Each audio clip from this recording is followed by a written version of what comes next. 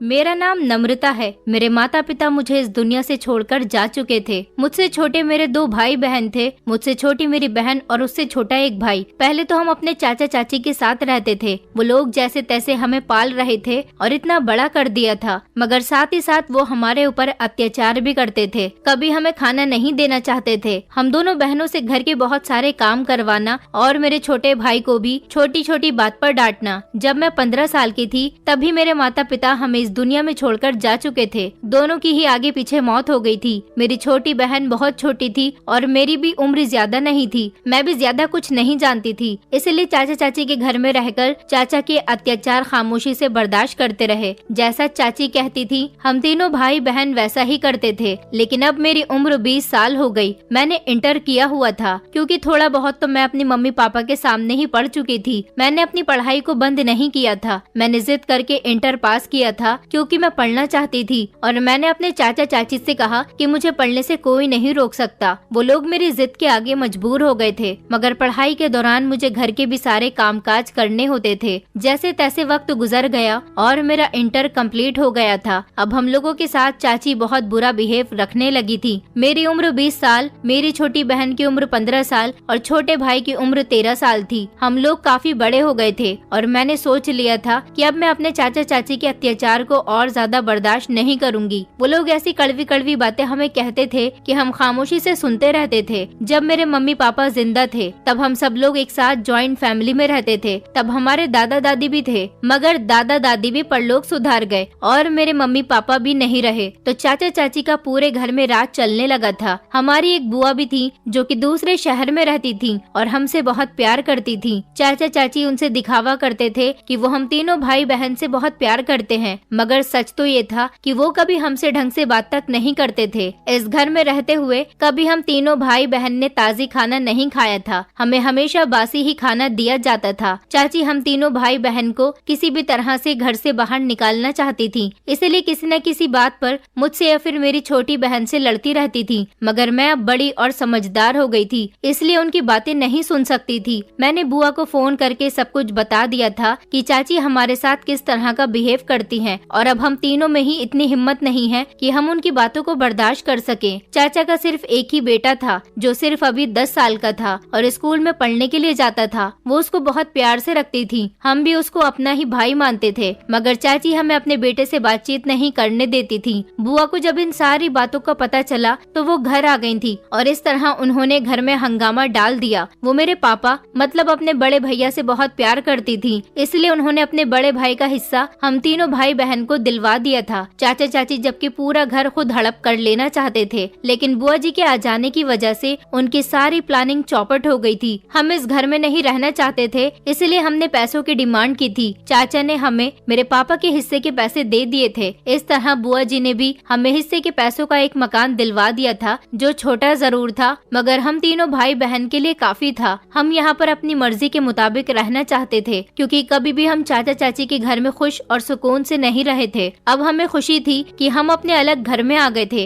इसलिए अपने मुताबिक जिंदगी जिएंगे। मगर अब यहाँ आने के बाद एक नई परेशानी निकल आई थी। पहले तो हम रूखी सूखी जैसे भी खाते थे, चाचा की पैसों की कमाई खा रहे थे, लेकिन अब यहाँ हम भले ही अलग घर में रह रहे हैं, अब हमें यहाँ खिलाने के लिए पैसे कौन देगा और खाना कहाँ से आएगा। मेरी कुछ समझ नहीं आ रहा था कि अब ये सब कुछ कैसे किया जाएगा। इसलिए मैंने फैसला कर लिया था कि मैं कहीं पर नौकरी करूंगी। मैं इंटर पास थी, मुझे किसी भी स्कूल में आसानी से नौकरी मिल जाती। मैंने अपनी स्कूल की ही जान पहचान वाली दोस्त के थ्रू एक स्कूल में नौकरी करना शुरू कर दिया था, मगर वहाँ मुझे सैलरी ज्यादा नहीं मिल रही थी। एक महीने में इतने पैसे भी नहीं आते थे कि हम तीनों भाई बहन का गुजारा हो सके। मैंने अपने छोटे भाई का स्कूल में एडमिशन करवा दिया था। छोटी बहन घर में रहकर घर के कामकाज किया करती थी। उसको कम उम्र से ही घर के काम अच्छे से आते थे। जिस तरह चाची ने मुझे घर के काम में घेर दिया था, इसी तरह मेरी बहन को भी घर के काम में घेर कर रख दिया था। अपनी बहन को तो मैं खुद पढ़ाया करती थी। मैं नहीं चाहती थी कि मेरी बहन अनपढ़ रहे। मुझे अपने भाई की भी स्कूल की फीस देनी होती थी और फिर उसकी कॉपी किताबों का खर्चा। सबसे ज्यादा पैसे तो मेरे भाई की ही फीस में जा रहे थे। घर में कुछ बचता ही नहीं था। मुझे मेरी फ्रेंड ने सजेस्ट किया कि तुम्हें कहीं और नौकरी के लिए ट्राई करना चाहिए। टीचिंग ना करके तुम अगर किसी कंपनी में नौकरी करना चाहो तो तुम्हें ज्यादा पैसे मिलेंगे। मगर एक प्रॉब्लम ये थी कि मैं इंटर से ज्यादा पढ़ी हुई नहीं थी। मेरी फ्रेंड ने कहा कि फिर भी तुम तुम एक बार ट्राई करके तो देखो,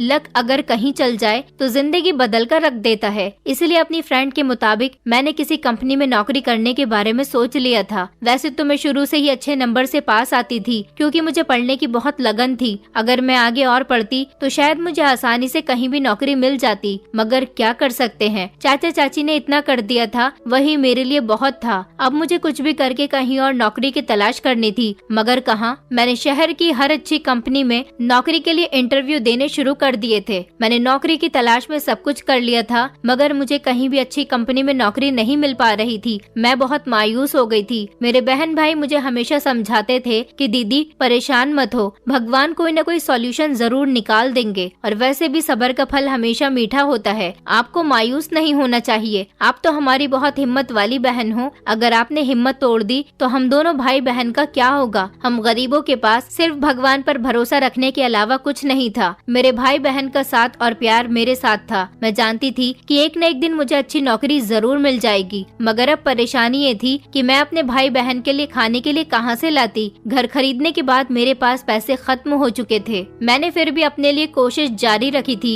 बुआ जी ने कॉल पर हालचाल पूछे थे तो मैंने उन्हें घर की परेशानी के बारे में सब कुछ बता दिया था। वो हमेशा हमारा साथ दिया करती थी। उन्होंने मुझे कुछ पैसे सेंड कर दिए थे। उनके दिए गए पैसों से कुछ दिन हमारा गुजारा हो गया था। मैं चाहती थी कि मेरे बहन भाई पढ़ लिख कर कुछ कामयाब बन जाए और अब हमारी जिंदगी भी आसान हो जाए, मगर चाचा चाची के घर से निकलने के बाद तो हमारी जिंदगी और ज्यादा मुश्किल हो गई थी। एक दिन मुझे मेरी दोस्त की कॉल आई और उसने बताया कि तुम्हारे लिए एक कंपनी में नौकरी है, वहाँ पर तुम्हारा इंटरव्यू है, कल चली जाना। मेरी दोस्त ने अपने हिसाब से वहाँ पर मेरे लिए बात कर ली थी, इसलिए मैं अपनी दोस्त के कहने के मुताबिक अगले ही दिन इंटरव्यू के लिए जाने लगी थी। तभी अचानक बुआ जी की कॉल आ गई। मैंने बुआ जी को बताया कि आज मेरा इंटरव्यू है, आप मेरे लिए प्रार्थना करना कि मेरी नौकरी पक्की हो जाए, मैं कामयाब हो जाऊं। बुआ जी ने मुझे कॉल पर बहुत आशीर्वाद दिया था। मैं अपने डॉक्यूमेंट्स लेकर घर से निकल गई थी, क्योंकि मुझे बस से जाना था। इसलिए मैं बस स्टेशन के पास जाकर बस के आने का इंतजार करने लगी। मोबाइल में टाइम देखा तो इंटरव्यू शुरू होने में सिर्फ आधा घंटा रह गया था और मुझे जाना भी काफी दूर था। मैं परेशान होते हुए इधर उधर देखने लगी कि अचानक मेरी नजर मेरी बचपन की सहेली राखी पर पड़ गई। राखी अपनी स्कूटी से कहीं जा रही थी। मैंने जल्दी से राखी को आवाज लगाई और उसे बताया कि मेरे पास टाइम बहुत कम है, क्या तुम मुझे इस एड्रेस पर पहुंचा सकती हो। राखी ने कहा कि अच्छा ठीक है, मैं तुम्हें यहाँ पर छोड़ दूंगी, लेकिन मुझे जल्द ही अपने घर पहुँचना है। मैंने उससे कहा कि प्लीज आज तुम मेरी मदद कर दो, मुझे आज तुम्हारी मदद की बहुत जरूरत है। राखी बहुत अच्छी थी, इसीलिए उसने मेरी मदद कर दी। मैं जल्दी से उसके साथ बैठ गई और उससे कहा कि थैंक यू, तुम्हारी बड़ी मेहरबानी होगी। राखी ने स्कूटी स्टार्ट की और हम लोग ऑफिस की तरफ पहुंच गए थे। राखी बहुत तेज रफ्तार के साथ मुझे यहाँ लेकर आई थी। 5 मिनट पहले ही मैं ऑफिस के गेट पर पहुंच गई थी। मुझसे पहले भी वहाँ पर काफी सारे लोग इंटरव्यू दे चुके थे और इंटरव्यू देने के लिए अभी एक लड़का और एक लड़की वहाँ पर बैठे हुए थे। इन दोनों के बाद मेरा नंबर आने वाला था। मैंने गहरी सांस भरी और सोचा कि मैं बिल्कुल सही टाइम पर आ गई हूँ। आज राखी ने मेरी बहुत मदद कर दी थी, भगवान उसका भला करे, नहीं तो मैं आज लेट हो जाती और मेरा इंटरव्यू भी देर से होता। आज पहले ही दिन मेरी यहाँ पर इंसल्ट हो जानी थी और फिर शायद मुझे नौकरी भी नहीं मिलती। मैं यही सब सोच रही थी कि अंदर से 15 मिनट बाद मेरे नाम की आवाज आ गई थी। मैंने अपना नाम सुना तो मैं थोड़ी नर्वस हो गई थी और फिर मैंने भगवान को याद किया और फिर मैं केबिन के अंदर चली गई थी। जाते ही मेरी नजर सामने की तरफ गई तो लगभग एक 50 साल की उम्र के आदमी बैठे हुए थे और उनके बराबर में ही चेयर पर मेरी उम्र का एक लड़का बैठा हुआ था, जो देखने में बहुत हैंडसम और स्मार्ट था। सामने बैठे एक आदमी ने मुझसे मेरी फाइल मांगी थी, शायद वो वहाँ के बॉस थे। मेरी फाइल खोलते हुए वो मुझसे कुछ सवाल करने लगे। उन्होंने जब मेरे डॉक्यूमेंट्स चेक किए तो वो कहने लगे, तुमने सिर्फ इंटर किया हुआ है, लेकिन हमारे यहाँ तो नौकरी के लिए पढ़े लिखे लोगों की जरूरत है। उनकी बात सुनकर मैं हैरान हुई थी, बल्कि शर्मिंदा भी हो रही थी। मैंने उनको सच सच बता दिया था कि मेरी पढ़ाई किस वजह से रुक गई थी, क्योंकि मैं झूठ नहीं बोलती थी। मैं झूठ बोलकर किसी को भरोसे में रखने वालों में से नहीं थी, जबकि सच बोलकर मैं अपना किनारा कर लिया करती थी। मेरी सारी बातें सुनने के बाद और मेरे डॉक्यूमेंट चेक करने के बाद सर ने साथ बैठे हुए इस लड़के को मेरे डॉक्यूमेंट थमा दिए थे। उसने एक नजर मेरे डॉक्यूमेंट की तरफ देखा और फिर मेरी तरफ देखकर मुस्कुराने लगा। मैं उसकी इन हरकतों से बेहद कंफ्यूज हो रही थी। इसी घबराहट में मैं उस लड़के और उनके सामने बैठे हुए सर को देखे जा रही थी और मन ही मन बार बार यही प्रार्थना कर रही थी कि ये लोग मुझे जॉब दे दें। उन दोनों ने आपस में कुछ देर डिस्कस किया था और इसी तरह से डिस्कस करने करने के बाद सर ने मुझे बाहर इंतजार करने के लिए कह दिया था। मुझे पक्का यकीन था कि ये लोग मुझे नौकरी नहीं देंगे, क्योंकि ये बड़ी कंपनी थी। यहाँ पर इन लोगों को मुझसे भी अच्छी वर्कर मिल सकती थी। मेरी भले ही एजुकेशन ज्यादा नहीं थी, मगर मैं बहुत टैलेंटेड और इंटेलिजेंट लड़की थी। हमारे स्कूल में कंप्यूटर भी सिखाया जाता था, इसीलिए मुझसे कंप्यूटर चलाना भी आता था। मुझे नहीं लगता था कि ये जॉब मुझे मिलेगी। मैं निराश होकर अपना उदास चेहरा लिए बाहर आकर बैठ गई थी। इतनी ही देर में दोबारा से मेरा नाम लेकर मुझे अंदर बुलाया गया। जैसे ही मेरा नाम पुकारा गया, मैं फौरन ही केबिन की तरफ चली गई। अंदर जाते ही सामने कुर्सी पर बैठे हुए सर ने मुझे मेरी फाइल देते हुए कांग्रेचुलेशंस कहा और कहने लगे कि कल से आप अपनी जॉब ज्वाइन कर सकती हो। सर का इतना कहना था कि मेरी खुशी का कुछ ठिकाना ही नहीं रहा। मैं तो समझो खुशी से पागल ही हो गई थी, क्योंकि ये मेरे लिए बहुत बड़ी खुशी की बात थी। इतनी बड़ी कंपनी में नौकरी करना मेरी खुशकिस्मती थी। मैंने सर को थैंक यू कहते हुए उस लड़के के चेहरे पर भी ध्यान दिया था। वो अपने मोबाइल में शायद कुछ कर रहा था। वो सर का ही बेटा था और उसको भी थैंक यू बोलकर मैं केबिन से बाहर निकल आई थी। वापस आने पर सारे रास्ते मेरे दिल में खुशी ही खुशी थी कि जब मैं घर जाकर अपने भाई बहन को ये खुशी सुनाऊंगी तो वो भी खुशी से पागल हो जाएंगे। मेरी इस जॉब का सबसे बड़ा क्रेडिट राखी को जाता था, जिसने आज मेरी हेल्प करके मुझे टाइम पर ऑफिस पहुंचा दिया था। इसलिए मैंने रास्ते में सबसे पहले मिठाई खरीदी और मैं राखी के घर चली गई थी। मैंने मिठाई का डब्बा खोलकर राखी और उसकी माँ का मुंह मीठा करवाया और उन्हें बताया कि मेरी जॉब लग गई है। राखी की मम्मी ने मुझे आशीर्वाद दिया और गले से भी लगाया था। राखी की मम्मी मुझे अच्छे से जानती थी। उनको पता था कि मैं किस परेशानी भरे हालात से गुजर रही थी। राखी भी बहुत खुश थी। मुझे देखकर उसने कहा कि चलो मैं तुम्हें तुम्हारे घर अपनी स्कूटी से छोड़ आती हूँ। मैंने राखी से कहा कि नहीं नहीं, आज तुमने मुझे ऑफिस तक छोड़ दिया था, यही मेरे लिए बहुत बड़ी मेहरबानी है। मेरे लाख मना करने के बावजूद भी वो नहीं मानी थी और मुझे घर के दरवाजे पर छोड़कर चली गई थी। मैंने उसे घर के अंदर बुलाया, मगर उसे कोई काम था, इसलिए वो अंदर नहीं आ सकी थी। जैसे ही मैं घर के अंदर गई, मेरे चेहरे की मुस्कुराहट और खुशी देखकर मेरे छोटे भाई बहन को भी इस बात का आइडिया हो गया था कि मेरी जॉब लग गई है। मेरे हाथ में मिठाई का डब्बा था। मैंने सबसे पहले अपने दोनों भाई बहन को गले लगाया, उनका मुंह मीठा करवाया और कॉल करके बुआ जी को भी ये गुड न्यूज दी थी। मेरी बुआ और मेरे बहन भाई मेरी इस कामयाबी से बहुत खुश थे। मेरा छोटा भाई तो मिठाई का डिब्बा लेकर आस पड़ोस के घरों में बांटने के लिए चला गया था। मैंने अपने भाई को रोकने की कोशिश की थी और कहा था कि ये मिठाई मैं तुम्हारे लिए लेकर आई हूँ, इसे तुम खा लो। मेरे पास पैसे कम थे, इसलिए मैं कम मिठाई लेकर आई हूँ। मेरा भाई कहने लगा, दीदी पैसों की क्या औकात है, दिल बड़ा होना चाहिए। मैं अपने पड़ोसियों का इसी मिठाई से थोड़ा थोड़ा मुंह मीठा करवा दूंगा, ताकि उन लोगों को भी तो पता चले कि मेरी दीदी की जॉब लग गई है। अब हमारे घर की सारी परेशानियां दूर हो जाएंगी और मैं भी आपकी तरह पढ़ लिख कर बड़ी कंपनी में नौकरी करूंगा। मेरा भाई उम्र में छोटा जरूर था,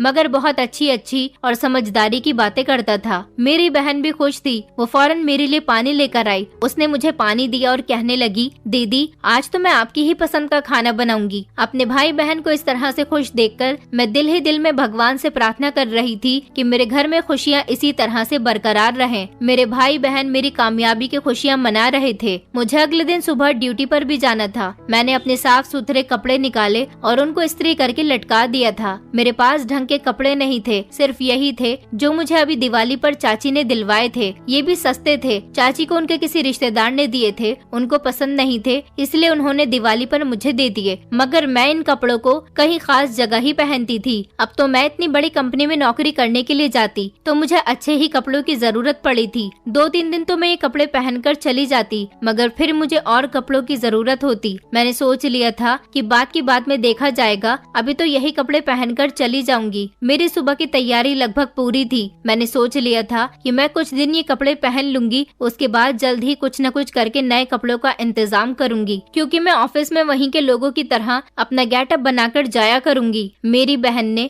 मेरी तरफ देखकर कहा कि दीदी ये रहे मेरे पास के कुछ पैसे। मेरी बहन ने मुझे 2000 रुपए दिए थे। उसने कहा, ये पैसे मैंने जोड़कर रखे हुए थे, कल आप इन पैसों से अपने लिए कपड़े और नए सैंडल भी ले आना, क्योंकि अब आपका बड़े लोगों में उठना बैठना होगा। मैं नहीं चाहती कि मेरी दीदी का सर शर्मिंदगी से नीचा हो, इसलिए आपको अच्छे कपड़े और अच्छे सैंडल की जरूरत पड़ेगी। मैंने अपनी बहन से कहा कि नहीं, मैं ये पैसे नहीं रख सकती, ये पैसे तुम्हारे हैं। वो कहने लगी, दीदी अब क्या मेरे और क्या आपका, ये पैसे भी तो आपके ही कमाए हुए हैं। जब आप मुझे मेरे खर्चे के लिए पैसे दिया करती थी तो मैं उनसे पैसे जोड़ लिया करती थी। इस तरह तो मैंने 2000 रुपए जोड़ लिए थे, अभी बस मेरे पास इतने ही हैं। मैंने अपनी बहन बहन से कहा कि तुम जैसी बहन भगवान सबको दे, तुम्हें मेरा कितना ख्याल है, तुम फिक्र मत करो, मेरी जैसे ही पहली सैलरी आएगी मैं तुम्हें तुम्हारे पैसे वापस लौटा दूंगी। मेरी बहन ने कहा कि दीदी ये पैसे तो हम सबके हैं, आपको पैसों की फिक्र करने की कोई जरूरत नहीं है, आप आराम से अपनी जॉब पर ध्यान दो। मुझे सुबह ऑफिस के लिए जल्दी उठना था क्योंकि मेरे पास कोई सवारी नहीं थी और मुझे बस से ही ऑफिस जाना था, इसलिए मैं 1 घंटा पहले ही घर से निकलना चाहती थी। आज तो मुझे जैसे तैसे राखी ने पहुंचा दिया था, मगर मैं अब उसकी बार बार तो हेल्प नहीं ले सकती थी। सारी रात मुझे खुशी की वजह से नींद नहीं आ रही थी। मैं अपने बिस्तर पर लेटकर कल के बारे में सोचने लगी कि ऑफिस में ना जाने क्या होगा और मुझे कैसे कैसे काम दिए जाएंगे। सोचते सोचते ना जाने मेरी आंख कब लग गई मुझे कुछ पता ही नहीं चला। सुबह मेरी छोटी बहन ने जगाया और कहने लगी कि दीदी आपको कहीं ऑफिस जाने के लिए देर ना हो जाए, इसलिए जल्दी उठ जाओ, मैंने आपके लिए नाश्ता बनाकर तैयार कर दिया है। मैं जल्दी से उठी, दिल में बहुत सारे अरमान लेकर तैयार हो गई। आज मेरा ऑफिस में पहला दिन था, मुझे बेहद खुशी महसूस हो रही थी। आज मैं अपने मकसद में कामयाब होने वाली थी। जो सपना मैंने देखा था किसी बड़ी कंपनी में काम करने का, वो आज पूरा हो चुका था। मैं जल्दी से तैयार हुई तो मेरी बहन ने जल्दी से मुझे नाश्ता दिया। आज खुशी की वजह से मेरा छोटा भाई भी जल्दी ही उठ गया था और हम सब भाई बहन ने साथ बैठकर नाश्ता किया था। मैंने अपने दोनों भाई बहन को गले से लगाया, मेरी आंखों में आंसू आ गए थे।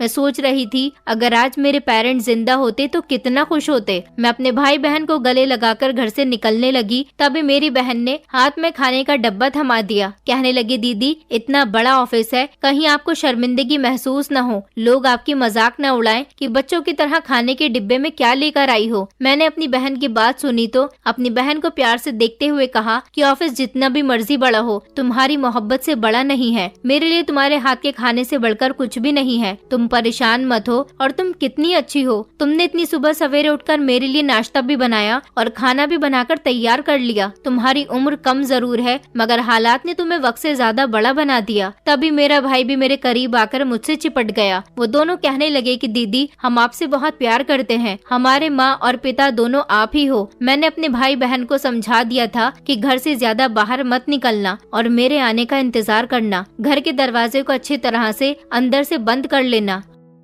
अपने भाई बहन को समझाने के बाद मैं घर से निकल गई थी। मैं बस स्टॉप पर जाकर बस का इंतजार कर रही थी। कुछ ही देर में बस आ गई और मैं उसमें बैठकर ऑफिस के लिए निकल गई। मैं ऑफिस में 15 मिनट पहले पहुंच गई थी। अभी ऑफिस में कम लोग ही आए थे और मैं भी जाकर वेटिंग रूम में बैठ गई और सर के आने का इंतजार करने लगी। देखते ही देखते पूरा ऑफिस काम करने वालों से भर गया। इतना बड़ा ऑफिस था, चारों तरफ लोग ही लोग नजर आ रहे थे। इतनी भीड़ देखकर पहले तो मैं घबरा गई, लेकिन फिर अपने दिल को समझाने लगी कि अब मेरा काम यही है और इसी से ही मुझे अपने आप को और अपने बहन भाई को पालना है, इसलिए मुझे पूरे कॉन्फिडेंस के साथ ये काम करना है। कुछ ही देर में मुझे ऑफिस में बुलाया गया। मैं जैसे ही ऑफिस में गई तो मुझे बहुत घबराहट महसूस हो रही थी। सर ने मुझे पहले दिन नौकरी पर आने के लिए बधाइयाँ दी। मेरे हाथों में मेरी कुछ फाइल्स पकड़ाई और कहा कि इन पर काम करना शुरू कर दो। मैंने अपना काम पकड़ा और अपने केबिन में लौट आई थी। मेरा केबिन बहुत ही खूबसूरत था। इतना बड़ा कमरा, आरामदेह कुर्सी और एसी भी लगा हुआ था।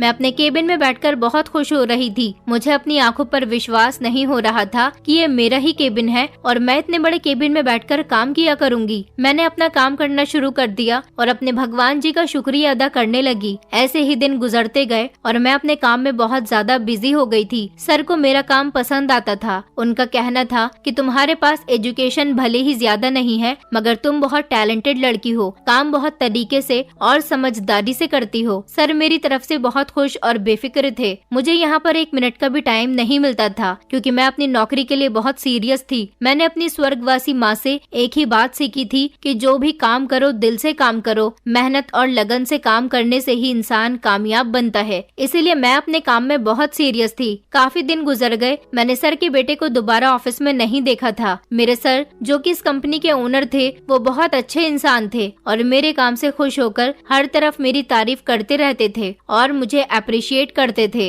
एक दिन सर ने मुझे अपने ऑफिस में बुलाया और मुझसे बहुत ही अजीब और गरीब सवाल किया। मैं बहुत हैरान हुई थी। उनका चेहरा देखते हुए मैंने जवाब दिया। सर ने मुझसे पूछा, क्या तुम शादीशुदा हो? मैंने इनकार करते हुए सर हिला दिया था। सर मुस्कुराए और कहने लगे, कहीं तुम्हारा रिश्ता तो नहीं लग गया या फिर तुम्हारी एंगेजमेंट हो गई हो? सर की आंखों में एक शर्त थी, वो मेरी तरफ देखकर मुस्कुरा रहे थे। मैंने नजर झुकाकर जवाब दिया कि जी नहीं सर। सर मेरी बात पर बहुत खुश हुए और कहने लगे, तुम्हारी फैमिली में कौन कौन है? मैंने सर को बताया कि मेरी फैमिली में मेरे 2 छोटे भाई बहन के अलावा कोई भी नहीं है, क्योंकि मेरे पेरेंट्स इस दुनिया से जा चुके हैं और अपने भाई बहन का ख्याल मैं ही रखती हूँ। सर के सवाल बहुत ही अजीबोगरीब थे। अब की बार उन्होंने जो सवाल किया उसने तो मेरे होश ही उड़ा दिए थे। सर ने कहा, शादी के बाद तुम्हारे लिए तुम्हारा पति ज्यादा इम्पोर्टेंट होगा या फिर तुम्हारे भाई बहन? मैंने सर को इस बार एक टूक जवाब दिया था। मैंने कहा, सर मेरे भाई बहन मेरे लिए बहुत जरूरी है, क्योंकि उनके सर पर माता पिता का साया नहीं है। अगर मेरा पति मुझसे प्यार करने वाला होगा तो मेरे भाई बहन को भी अपना भाई बहन समझेगा। ये देख कर कि उनका इस दुनिया में मेरे अलावा कोई नहीं है। और रही मेरी बात, तो जितना हक एक पत्नी का एक पति पर होता है, मैं उसके साथ वो सारे हक अदा करूंगी, और जितना हक एक बहन का अपने भाई बहन के लिए होता है, मैं वो सब भी अदा करूंगी। मैं किसी भी रिश्ते में कोई कमी नहीं करना चाहती, क्योंकि मैं एक ऐसी लड़की हूँ